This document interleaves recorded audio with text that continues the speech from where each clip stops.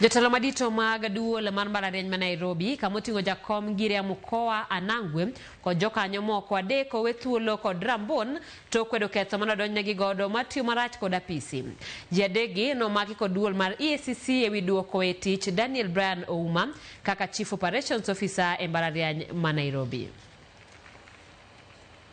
Ngire mkoa Anangwe nomaki kawuono chieng' tich abich okinyi kod apisas mag duol makedo gi mibadhi e boma ma Kisumu kendo kele nyaka log tich mar EACC e boma ma Nairobi gi ndege. Anangwe ma en jakom mar duol mar mbalariany ma Nairobi nomak kod jowadgi mamoko kamoting'o Ahmed Sheikh Abdullahi, Karen Kerubo Omwenga kabende nodadhogi kama bang'e notergi e doho ma Milimani.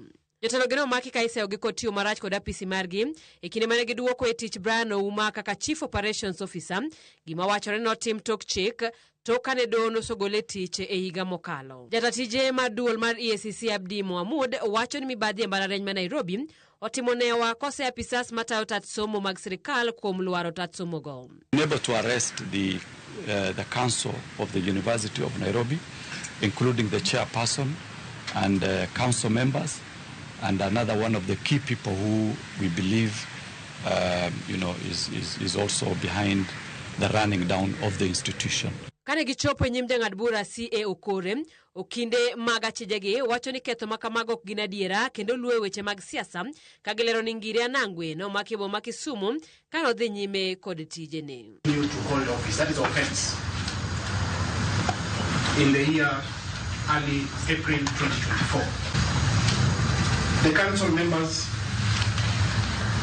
should be barred from office, from accessing the office. Bende gikweda diere wi wach modonjnegi godo ka giwacho ni ng'ata achiel ok nyal kalo chik e lo jokanyo duto mag duol mar jokanyo ochiko. Achijego duto we thuolo kod rambon kendo tamgi donjo e apisegi. Accused persons number 1, 2, and 3 be and are hereby released on a bond of 1 million shillings with one surety of similar amount or cash bail of 500,000.